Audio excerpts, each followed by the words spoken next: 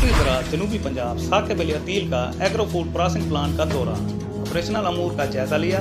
आम के फल और पलक भी एक्सपोर्ट के लिए खसूसी इक़दाम किए जा रहे हैं। सेक्रेटरी ज़राअत जनूबी पंजाब साकिब अली अतील का इंडस्ट्रियल स्टेट मुल्तान में वाक़े एग्रो फूड प्रोसेसिंग प्लांट का दौरा, प्लांट के ऑपरेशनल अमूर का जायजा लिया। इस मौके पर chief executive officer agro food processing plant Munawwar Hussain ने मुकम्मल ब्रीफिंग दी। उन्होंने बताया कि यह विफाकी और सूबाई हुकूमत का मुश्तरका मनसूबा है, जिसमें 40% शेयर पंजाब हुकूमत का है। यहाँ पर आम, अमरूद और आड़ू का बेहतरीन पलब बनाया जाता है। गुज़श्ता साल 900 टन तराशा फल की प्रोसेसिंग की गई, जो कि एक रिकॉर्ड है, जबकि इस प्लांट के तहत 1 घंटे में आम का 10 टन पलब तैयार किया जाता है। जनूबी पंजाब में सबसे ज़्यादा आम पैदा होता है, इसलिए यहाँ पर आम का पलब ज़्यादा मिकदार में बनता है।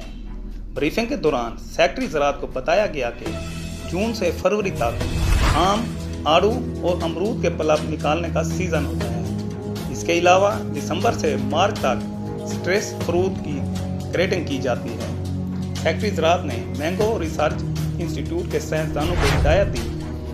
गुज़श्ता चंद सालों से आम की फसल पर ज़रूरी जहरों का इस्तेमाल कितने फीसद कम हुआ है, इस पर मुकम्मल रिपोर्ट बनाकर जल्द पेश की जाए। कैमरा टीम के साथ इम्तियाज़ सोमरू, VSP न्यूज़, जलालपुर पीरवाला।